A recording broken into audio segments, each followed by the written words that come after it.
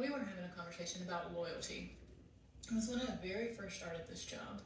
And he said that, one of his requirements is loyalty. And I was like, oh, I'm loyal to a fault, which, side note, I am loyal to a fault. I always overstay in relationships, friendships, jobs, etc. Even when they're wearing me down or I see red flags, I stay because I just stay.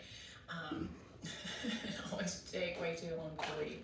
So we were talking about loyalty. I said I'm loyal to a fault, and he was like, "That's great. Now let's talk about what loyalty means to me." And I was like, "Okay." Where's this going? And he straight up told me that part of what loyalty meant to him is that if he and I were to have an argument or some sort of issue, that I would not talk about it with anyone outside of the team or he and I, essentially.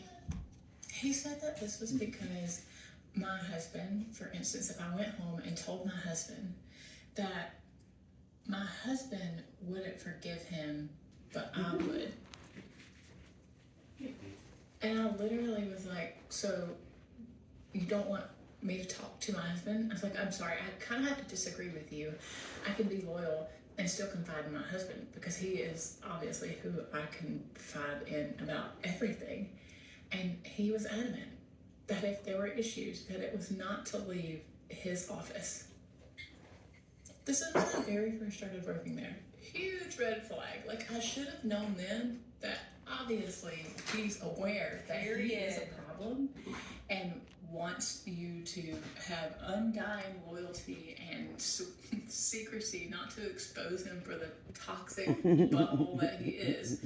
Not from the get-go. I think she can sense it. Anyway, that's my toxic boss story. I have plenty more examples. Did you sign an NDA? Because if you didn't, I'm talking all the. If that was me,